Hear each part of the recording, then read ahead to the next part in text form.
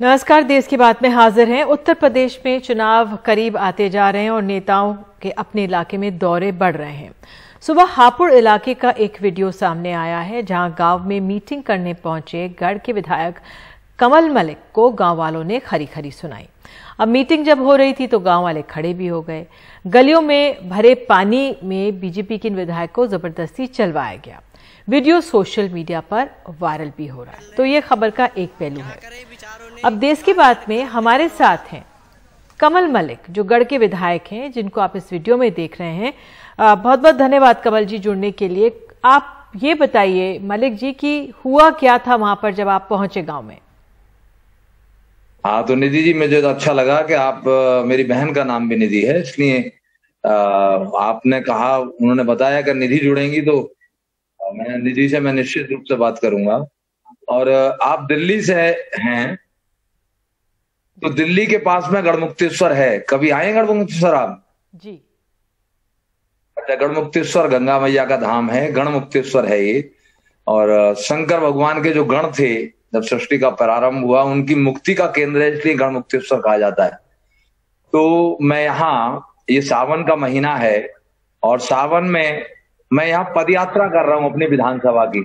मेरी विधानसभा, चूंकि लगभग 92% वोटर मेरी विधानसभा का गांव में वास करता है, और गांव में बहुत बहुत बड़े मेरे यहाँ देवालय हैं, संतों का स्थान है। तो मेरा हेतु है कि मैं अपने विकास कार्यों को भी चेक कर सकूं, लोगों से सामाजिक रूप से मिल सकूं और प्रत्येक देवालय पे मत्था टेक सकूं। मेरा ये हेतु है। तो इसी क्रम में 25 तारीख से मैंने ये यात्रा प्रारंभ की और लगभग 26 गांव में कर चुका। धौलपुर गांव में जब मैं गया था, जबरदस्त वहां स्वागत हुआ। यहाँ एक पहले से ही एक तालाब के जल भराव की समस्या है, जिसमें पूर्व के प्रधान ने उस पर कुछ नहीं किया। जब हम एक देवालय के लिए जा रहे थे तो गांव वालों ने कहा कि इधर पानी भरा है, दूसरे रास्ते से चलते हैं। मैंने कहा नहीं, हम इसी रास्ते से चलेंगे। और वो मैंने ही प्रधान को उधर से पकड़ के वहां रास्ते से निकाला और मैंने ही वीडियो बनवाई और वीडियो अपने सीडीओ के पास भेजी कि यहाँ गांव की ये समस्या है, तो इसको दूर करें। क्योंकि पहले प्रधान ने तो इसमें सहयोग किया नहीं था, अब ये प्रधान अच्छा है, पॉजिटिव है, तो ये कर रहा है। तो ये कारण था और उसमें कोई कारण नहीं था। नहीं। तो आपका कहना है कि आपको जबरदस्ती नहीं चलाया गया, आपका ये मंशा है कि गांव वाले नाराज नहीं थे, ये भी उन्होंने नहीं कहा कि आप काफी समय से यहाँ पर नहीं आए? निधि जी, मैं वहां लगभग 4 साल में 40 बार गया हूं और प्रमाण मैं आपको एक तरह से दे दूंगा। प्रमाण ये है कि मैंने वहां आपका विधायक, आपका प्रशासन, आपके द्वार, एक बड़ी सभाएं मैंने वहां करके जो जन समस्याएं थी वो दूर की। 2 बार हमने वो ऐसा अपना जन संवाद का वो बनाया, उसके भी चाहेंगे तो वीडियो भेज दूंगा। बाकी मैं कोई भी हंसी खुशी कार्यक्रम होता है, मैं सब में वहां जाता हूँ। कम से कम 40 बार गया हूँगा। वो कोई गलत आरोप लगा रहा है, राजनीतिक दृष्टि से लगा रहा है। तो अब राजनीतिक दृष्टि से आरोप लगा रहा है, आप ये कह रहे हैं? नहीं, मुझे तो नहीं पता, मेरे सामने तो किसी ने आरोप लगाया नहीं कि 40 साल से नहीं आए, मुझसे तो किसी ने कहा नहीं, मैं जब गया हूं। नहीं, तो वहां के आप लोगों को कैसे समझाएंगे? आप जो उनके सामने स्थिति है उनको कैसे समझाएंगे आप? निधि जी, वो जो जहां जल भराव है ना, वो पहले से, चूंकि गांव के अंदर जो तालाब होते हैं ना, तो वो तालाब है वहां, वो तालाब के चारों तरफ उसमें आबादी कुछ बसी है पहले। अब जब से हमारी सरकार आई है, हमने तो कोई कब्जे होने नहीं दिए और उसमें कुछ दिखा दिया क्या काम हुए हैं, लेकिन उसकी जो मूल समस्या है वो हम करा रहे हैं। कल भी हमने टीम भेजी है, उसकी जो भी जल भराव की समस्या जैसे दूर होगी, हमारी सरकार, हमारा प्रशासन कराएगा उसको। तो आप जो मूल समस्या की बात कर रहे हैं, इसके निपटारे के लिए कोई टाइम फ्रेम है कि कितने समय में इस मूल समस्या से निवारण हो जाएगा? हाँ, निश्चित हो जाएगा। हम इसको अभी 1-1.5 महीने के अंदर ही इसको करा देंगे। चलिए कमल मलिक, बहुत बहुत धन्यवाद जुड़ने के लिए। तो कमल मलिक का यही कहना है कि वो पद यात्रा पे थे, उनको जबरदस्ती नहीं चलाया, गांव वाले गुस्सा नहीं है। बहरहाल ये स्थिति है जो सामने हमारे है। तो देश के कई इलाकों में बारिश और बाढ़ से बुरा हाल है। हिमाचल प्रदेश के सिरमौर जिले में भूस्खलन के बाद सड़क ब्लॉक हो गई। यहाँ बारिश के बाद भूस्खलन की वजह से पहाड़ में दरार पड़ गई और टूटकर गिरने लगी है। पहाड़ी खिसकने की वजह से रास्ता भी टूट गया है। सड़कों की संख्या में लोग, आपको बता दें, यहाँ पे संख्या में लोग रास्ते में फंस गए हैं और कई घंटे का लंबा जाम भी यहाँ पर लगा हुआ है। पांवटा साहिब की कनेक्ट करने वाली नेशनल हाईवे 707 को उत्तराखंड वाले भी इसका प्रयोग करते हैं। उधर भूस्खलन की वजह से कई लोगों ने भागकर अपनी जान भी बचाई। यहाँ पर हिमाचल प्रदेश के ही लाहौल स्पीति में एक पुल के बह जाने के बाद बचाव और राहत का काम जारी है। कार हादसे में जख्मी हुए एक शख्स को केलोंग अस्पताल लाया गया है। उधर दार्जिलिंग में लैंडस्लाइड से तबाही की खबरें आ रही हैं। बताया जा रहा है कि भूस्खलन के मलबे में कंस्ट्रक्शन कंपनी का लेबर कैंप आ गया है। वहीं रेल प्रोजेक्ट का काम चल रहा था। आज सुबह मूसलाधार बारिश के बाद बड़े बड़े पत्थर पहाड़ों से गिरे। अचानक सैलाब आया और कैंप में मौजूद 8 मजदूर उसमें बह गए हैं। इनमें से 3 को बताया जा रहा है बचा लिया गया है, जबकि अभी भी 5 की तलाश की जा रही है। उधर पश्चिम बंगाल के कलिम्पोंग में भारी बारिश के बाद बुरा हाल है। जगह जगह भूस्खलन से रास्ते पूरी तरह से रुके हुए हैं। हालांकि रास्तों का साफ करने का वहां पे काम लगातार जारी है। कोलकाता में भी लगातार बारिश हुई है और यहाँ पे बारिश के बाद से कई इलाकों में जल जमाव देखने को मिल रहा है। तस्वीरों में आप देख सकते हैं कि किस तरह से लोगों के घुटनों तक पानी है। दुकानें भी आधी आधी पानी में एक तरह से डूबी हुई है। पहाड़ों पर हो रही बारिश का असर अब वाराणसी में गंगा नदी में भी दिखने लगा है।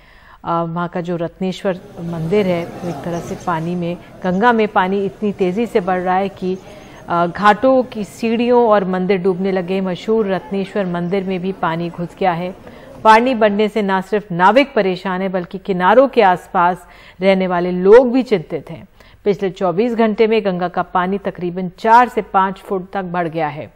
फिलहाल घाटों का आपस में संपर्क लोगों का बना हुआ है, लेकिन पानी इसी तरह से बढ़ता रहा तो 1-2 दिन में घाटों का संपर्क भी आपस में एक तरह से टूट जाएगा।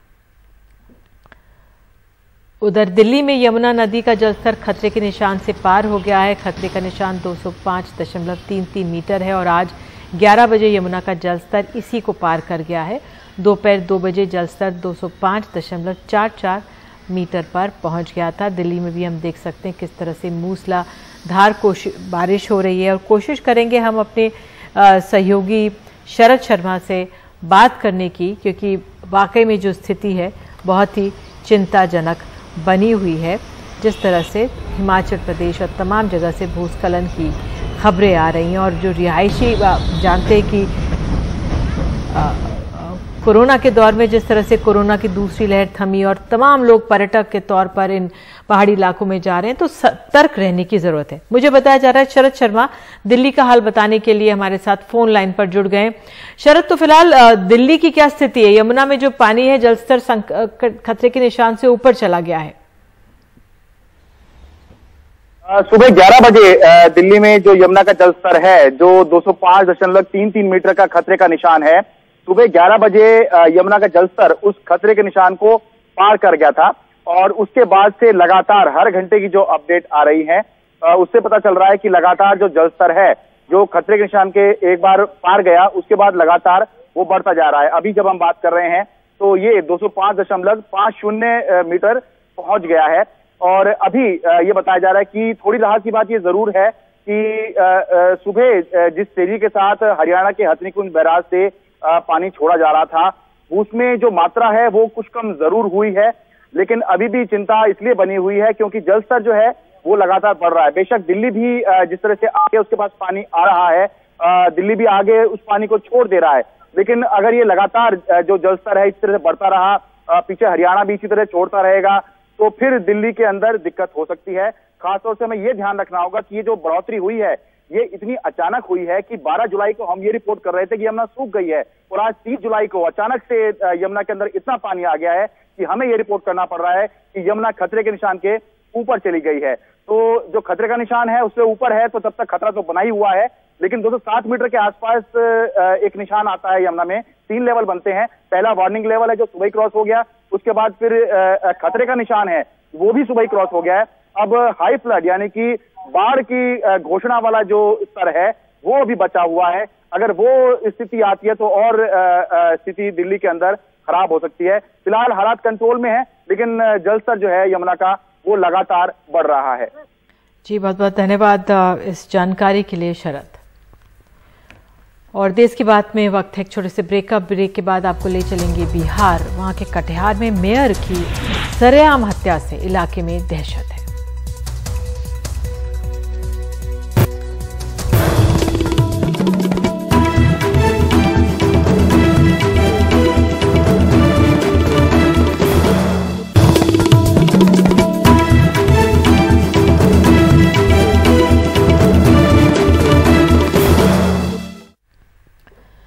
बिहार में कल देर शाम कटिहार के जो मेयर हैं महापौर शिवराज पासवान की गोली मारकर हत्या कर दी गई है। अज्ञात अपराधियों ने नगर थाना क्षेत्र के संतोषी मंदिर चौक के पास दिया इस घटना को अंजाम और इस मामले में 4 लोगों की गिरफ्तारी हुई है। पहले रिपोर्ट देखिए। कटिहार शहर में बृहस्पतिवार शाम मेयर शिवराज पासवान अपने घर ड्राइवर टोला से मोटरसाइकिल से संतोषी मंदिर जा रहे थे, तब उनकी गोली मारकर हत्या कर दी गई। इस दौरान उन्होंने अपने अंगरक्षक को भी साथ नहीं लिया था। ये लगभग 8:30 पौने 9 बजे के आसपास में जैसा कि हमें जानकारी मिली है कि शिवराज पासवान जी को एक फोन आया। उसके पूर्व उन्होंने अपने ऑफिशियल बॉडीगार्ड को यह कहकर वापस कर दिया था कि अभी आज इन्हें बाहर नहीं निकलना है। फोन आने के बाद वो बुलेट मोटरसाइकिल से निकले हैं और कुछ दूर के संतोषी मंदिर के पास ही उन पर ये हमला हुआ है।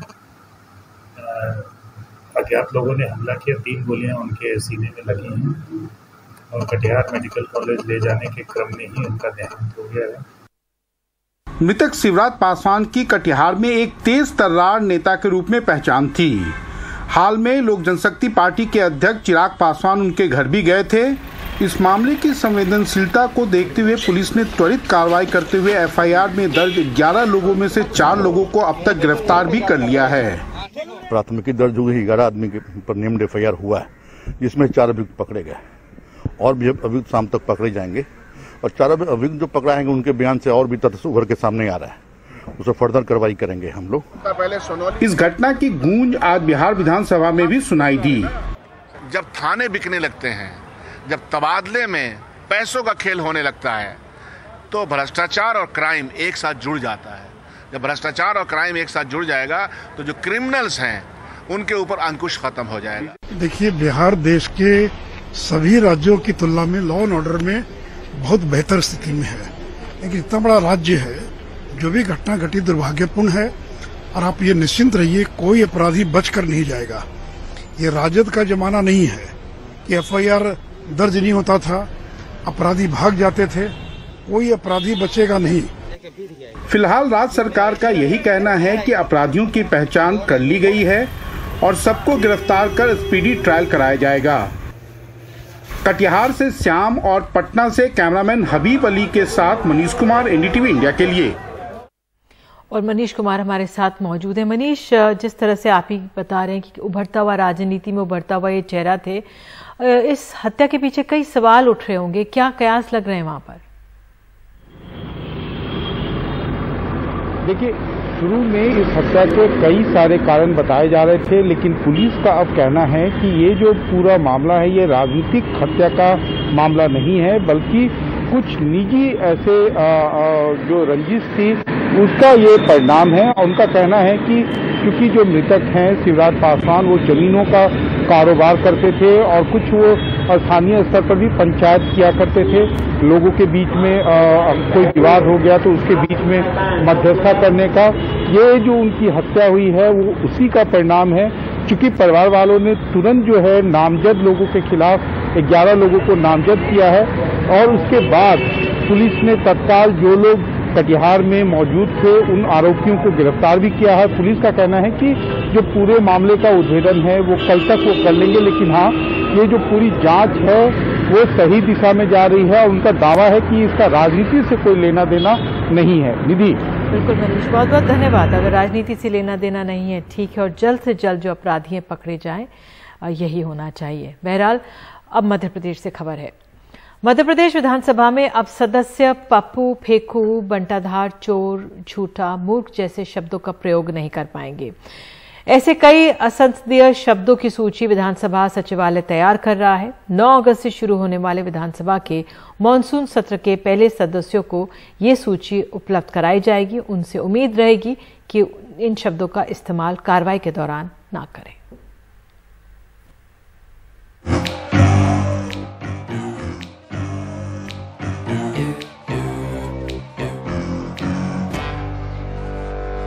पप्पू, फेंकू, बंटाधार, चोर, नालायक, गधा, मामू, मंदबुद्धि, झूठा जैसे करीब 1500 असंसदीय शब्दों की एक सूची मध्य प्रदेश विधानसभा ने बना ली है। माननीय सदन में अब इनका प्रयोग नहीं कर पाएंगे। ज्यादातर वो शब्द हैं जो पहले सदन की कार्यवाही से विलोपित हो चुके हैं। एक संसदीय शब्दावली का उपयोग होना चाहिए, परस्पर सम्मान भी बना रहे और सदन की कार्यवाही की गरिमा भी बनी रहे। तो उस दृष्टि से हमने एक संकलन बनाया। माननीय अध्यक्ष जी का निर्देश था, तो हमने पूरे जो हमारे अभी तक की प्रतिवेदित कार्रवाइयाँ थीं पिछले सत्र तक की, उनमें से निकाल करके एक संकलन बनाया और शीघ्र ही वो आप लोगों को भी उपलब्ध होगी और माननीय सदस्यों को भी हम उपलब्ध कराएंगे। विधायकों को विधानसभा में अब अपनी बात रखने के वक्त शब्दों के चयन और भाषा की मर्यादा का ध्यान रखना होगा। विधानसभा में शब्दों की आचार संहिता लगने पर दोनों दलों के अपने तर्क हैं। मध्य प्रदेश विधानसभा ने वो शब्द जो सामाजिक मर्यादाओं को तार तार करते हैं उनको निकालने की प्रोसेस चालू की, जो स्वागत योग्य है। और मैं मानता हूं कि जनप्रतिनिधियों का एक परिवार होता है और वो समाज को संदेश भी देता है। इसके अच्छे और बुरे दोनों प्रभाव समाज पे पड़ते हैं। तो विधानसभा का ये कदम स्वागत योग्य है। इस प्रकार के जो शब्द है जो कि असंसदीय है, उन शब्दों को विधानसभा में चर्चा नहीं होना चाहिए। उन शब्दों के साथ आना भी नहीं चाहिए, उनको लेना भी नहीं चाहिए। हम लोग लोकतंत्र के सबसे बड़े मंदिर में बैठते हैं, जनता जनार्दन की कृपा से हम लोग आते हैं। तो जनता को सुकर लगे, जनता को आनंद की अनुभूति हो, उस प्रकार के शब्दों का संवाद होना चाहिए। विधानसभा की बैठकों में सत्ता पक्ष और विपक्ष एक दूसरे पर आरोप प्रत्यारोप के दौरान कई बार असंसदीय भाषा का प्रयोग करते हैं। ऐसे में कई बार विधानसभा अध्यक्ष को अपने अधिकार का प्रयोग करते हुए ऐसे शब्दों को कार्यवाही से बाहर करना पड़ता है, लेकिन अब शायद इसकी जरूरत ही ना पड़े। संसद ने ऐसे शब्दों की सूची बनाई है जिनका प्रयोग संविधान के अनुच्छेद 105(2) के तहत नहीं किया जा सकता। मध्य प्रदेश संभवतः पूरे देश में पहली ऐसी विधानसभा होगी जहां सत्र से पहले विधायकों को बता दिया जाएगा कि उन्हें किन किन शब्दों का प्रयोग नहीं करना है। भोपाल से कैमरा पर्सन रिजवान खान के साथ अनुराग द्वारी, एनडीटीवी इंडिया। और अब दिल्ली की संसद की बात। पेगासस जासूसी मामले और कृषि कानून को लेकर विपक्ष के हमले जारी हैं। दोनों सदनों में सरकार और विपक्ष के बीच गतिरोध बरकरार है। जासूसी कांड की सुप्रीम कोर्ट की निगरानी में जांच की विपक्ष मांग कर रहा है। संसद के दोनों सदनों में शुक्रवार को भी कार्रवाई नहीं चल पाई। लगातार 9वें दिन विपक्ष पेगासस जासूसी और नए कृषि कानूनों के खिलाफ प्रदर्शन करता रहा। Some members are visiting in the house, P.T. Bajare. Some people are taking play cards and going and standing in front of the minister. All these things, we are taking the house to a new low. Rajya Sabha में विपक्ष के नेता मल्लिकार्जुन खड़गे ने NDTV से कहा, पहले कई बार नियम 267 के तहत चर्चा होती रही है। 4 अगस्त 2010 को महंगाई दर पर चर्चा हुई, फिर 7 दिसंबर 2012 को खुदरा क्षेत्र में विदेशी निवेश पर चर्चा हुई। 22 अप्रैल 2013 को किसानों की आत्महत्या के मसले पर चर्चा हुई। 23 अप्रैल 2015 को कृषि संकट पर चर्चा हुई। 10 अगस्त 2016 को कश्मीर के मुद्दे पर चर्चा हुई और 16 नवंबर 2016 को नोटबंदी पर चर्चा हुई। देखो, एक गतिरोध तोड़ना है तो सरकार आगे आना चाहिए। हर बात को यह नहीं कह सकती कि सदन अपोजिशन चलने नहीं दे रहा। अरे आपका काम होता है, आपका कर्तव्य होता है कि इसको कैसा सुलझाए, तो सुलझाने के लिए तैयार नहीं है। हम यही कह रहे हैं कि पेगासस इशू फर्स्ट हमने लिया है, सभी पार्टियों ने मिलकर एकजुट होकर दिया है। उसको चर्चा शुरू करो, रिप्लाई दो और उसमें होम मिनिस्टर और प्राइम मिनिस्टर प्रेजेंट रहो और उत्तर तो होम मिनिस्टर देने दो। अनेक विषयों को लेकर विपक्ष हो हल्ला करता रहता है। भारत सरकार ने, प्रधानमंत्री जी ने हमेशा कहा है कि जो उपयुक्त विषय हैं, चाहे वो किसान का हो चाहे वो अन्य विषय हो, उन पर भारत सरकार चर्चा करने के लिए हमेशा तैयार है। टकराव की ये तस्वीर लोकसभा में भी दिखाई दी, जहां स्पीकर की कोशिशों के बावजूद सदन नहीं चल सका। मानसून सेशन के सत्ता पक्ष और विपक्ष के बीच टकराव में धुल जाने की संभावना बढ़ गई है। लोकसभा स्पीकर की खड़ी खोटी सुनाने के बाद भी विपक्ष पेगासस जासूसी मामले को लेकर प्रधानमंत्री या गृह मंत्री के सफाई से कम पर मानने को तैयार नहीं है। वहीं सरकार ने अब तक इसको लेकर कोई संकेत नहीं दिए हैं। आज जो है जो कोरोना महामारी है उसके ऊपर 193 में चर्चा होनी थी, लेकिन उसको भी जो है गतिरोध के चलते नहीं होने दिया गया और ये जो है वो स्थगित करनी पड़ी। तो मुझे लगता है कि ये इस तरह की जो है ओछी राजनीति से बाज आना चाहिए। सदन नहीं चल रहा है, सरकार आरोप लगा रहे, क्यों? जो डिस्कशन हम लोग मांग रहे, अपोजिशन मांग रहे, उसको डिस्कस क्यों नहीं कर रहे? सरकार उसको अगर ध्यान देगा, सदन चलाना चाहते तो डिस्कशन दे दे। संसद के मॉनसून सत्र का लगभग आधा हिस्सा निकल चुका है, लेकिन पेगासस स्पाईवेयर फोन हैक विवाद और नए कृषि कानूनों को वापस लेने की विपक्ष की मांग की वजह से संसद में गतिरोध अब भी बना हुआ है। ऐसे में अगले हफ्ते अगर सरकार ने इस गतिरोध को तोड़ने के लिए कोई नई पहल नहीं की तो पूरे मॉनसून सेशन के हंगामे के भेंट चढ़ने का खतरा और बढ़ जाएगा। संसद भवन से राजीव रंजन और शशिकांत झा के साथ हिमांशु शेखर, एनडीटीवी इंडिया।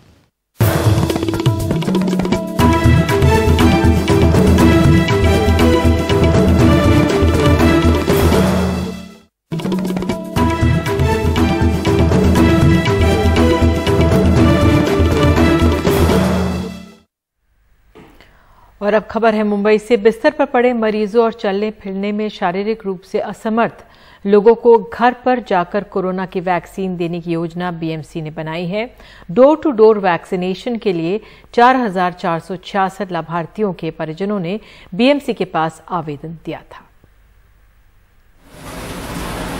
78 साल की महमूदा फारूकी चल फिर नहीं सकती। कोविड की दूसरी लहर में ये ऑक्सीजन पर रहीं। आगे सुरक्षित रहने के लिए वैक्सीन की जरूरत है, लेकिन सेंटर तक जा नहीं सकती क्योंकि शारीरिक रूप से असमर्थ हैं। ये कोविड-19 से पहले मेरी मम्मी को तो बहुत प्रॉब्लम था, ऑक्सीजन न मिलने की वजह से घर पे सब ट्रीटमेंट किया। आज वो ठीक हैं, लेकिन चल फिर नहीं सकती हैं। इनको हम लोग इनकी खिदमत करते हैं, इनको टाइम से खाना देते हैं, सूप देते हैं, जूस देते हैं। और मेरे अब्बा भी अभी 1 महीना पहले भी बहुत ज्यादा बीमार हो गए थे, तो हॉस्पिटल में एडमिट थे और इनका सोडियम वगैरह भी कम हो गया था। तो ये सब प्रॉब्लम है। अब ऐसे प्रॉब्लम के साथ हम इनको कहाँ ले जाएं, क्या करें? वैक्सीन के लिए सेंटर पे ले जा नहीं सकते और ये लोग जा नहीं सकते वहाँ। 63 साल के नारायण कल्याणकर भी घुटनों की तकलीफ के चलते चलने फिरने में असमर्थ हैं। पहली लहर में इन्हें कोविड हो चुका है। वैक्सीनेशन सेंटर जाने की कोशिश की, लेकिन ज्यादा देर तक कतार में खड़े नहीं रह सके। जाने के मौजूद भी बोलता है हमारा नंबर नहीं आया, कुछ नहीं आया, फिर वापिस वहाँ से रिटर्न आओ।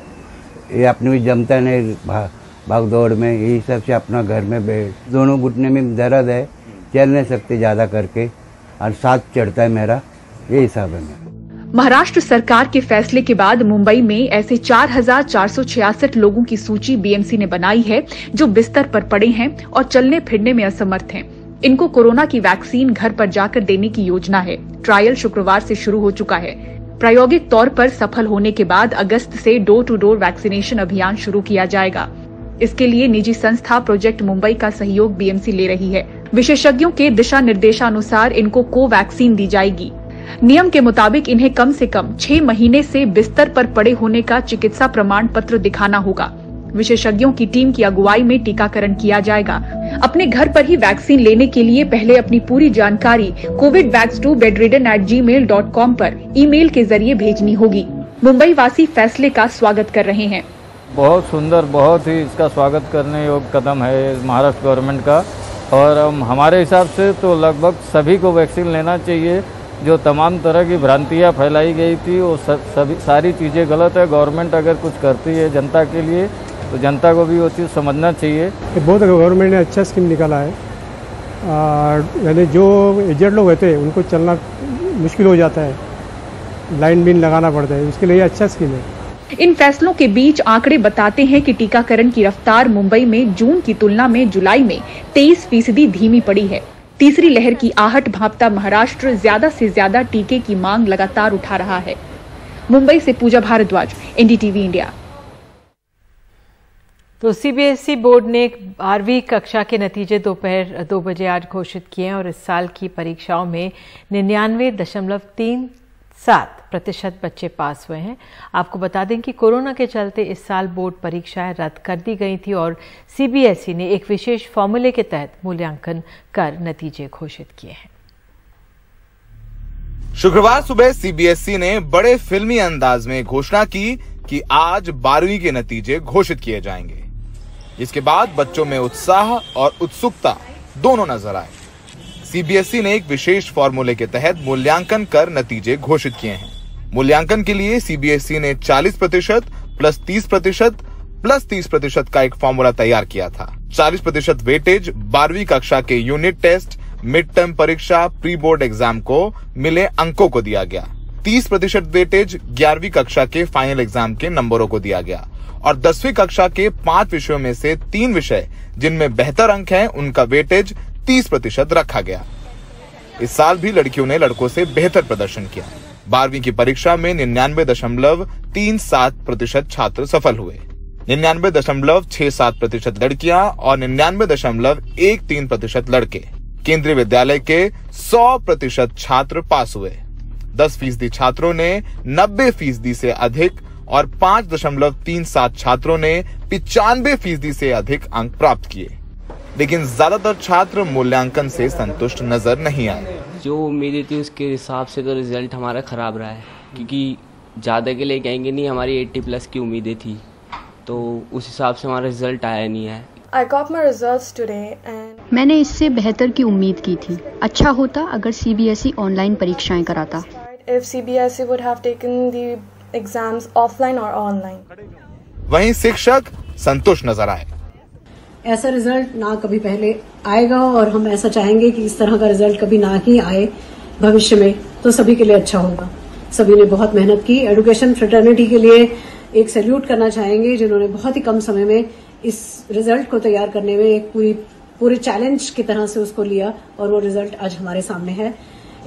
जहां तक इसकी क्रेडिबिलिटी का सवाल है, मैं कहूंगी कि यह रिजल्ट जो स्कीम ऑफ असेसमेंट था वो काफी रिलायबल, अनबायस्ड था, ट्रांसपेरेंट था और वैलिड भी बहुत था। जो भी पढ़ाई बच्चों की हुई वो ऑनलाइन माध्यम से ही हुई और जो परीक्षाएं भी हुई वो भी ऑनलाइन माध्यम से ही करानी पड़ी, जिसमें काफी चैलेंज था। जो बच्चे मूल्यांकन से संतुष्ट नहीं होंगे उन्हें अगस्त में परीक्षाएं देने का अवसर दिया जाएगा। कुछ बच्चे नतीजों से संतुष्ट भी हैं और कुछ असंतुष्ट भी, लेकिन इस बार का दौर बेहद अलग था। कोरोना की लहर थी, सैकड़ों शिक्षकों की मौत हुई कोरोना से, सैकड़ों बच्चे भी अनाथ हो गए। यही वजह है कि प्रधानमंत्री ने फैसला लिया कि परीक्षाएं नहीं कराई जाएंगी। प्रधानमंत्री ने असंतुष्ट बच्चों को यही सलाह दी है कि इस पूरी प्रक्रिया से सीखें और आगे बढ़ें। नई दिल्ली में सौरभ शुक्ला, एनडीटीवी इंडिया।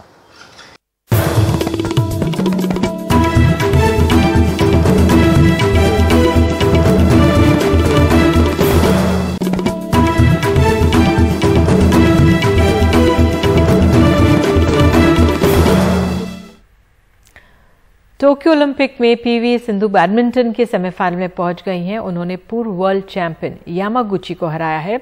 सिंधु ने यामागुची को 20-13, 22-20 से हराया। एक वक्त ऐसा लगा कि मुकाबला तीसरे गेम तक चलेगा, लेकिन पीवी सिंधु ने बेहतरीन खेल दिखाते हुए पहले बराबरी की और फिर ताकतवर स्मैश से मुकाबला अपने नाम किया।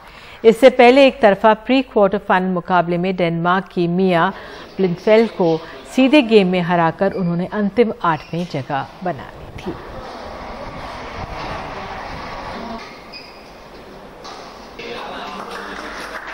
और अब बात लवलीना की। ओलंपिक बॉक्सिंग सेमीफाइनल में पहुंच चुकी लवलीना के टैलेंट को सबसे पहले पहचाना पद्म बोडो ने, जो उनके कोच हैं। पद्म बोडो से बात की हमारे सहयोगी रतनदीप चौधरी ने।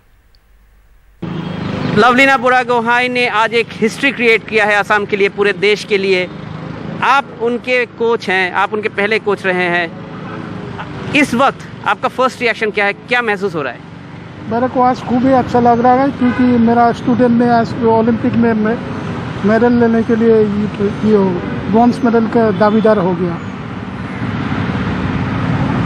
लवलीना के साथ आप पहली बार कब आप लवलीना से मिले? कैसे आपने उनके अंदर जो टैलेंट है वो कहाँ पहले बार देखा, और जब आप पहले बार उनको प्रदर्शन करते हुए देखे तो आपको क्या लगा कि क्यों उन्होंने आपने उसको हैंड पिक किया? साई का एक ग्रुप एवरी ईयर ये टैलेंट हंट के लिए निकालता है। तो 2012 में हम लोग गया था गोलाघाट का खोरूपथार डिस्ट्रिक्ट में, तो उसी टाइम में लवलीना को वहीं पे मिला था। तो पहले तो लवलीना मुआ थाई खेलता था, मुआ थाई, उसके बाद थोड़ा किक बॉक्सिंग भी खेलता था नीचे। तो देखा ये लवलीना लड़की का हाइट भी ठीक है, तो मैंने उसको बुला के कुछ टेस्ट लिया है।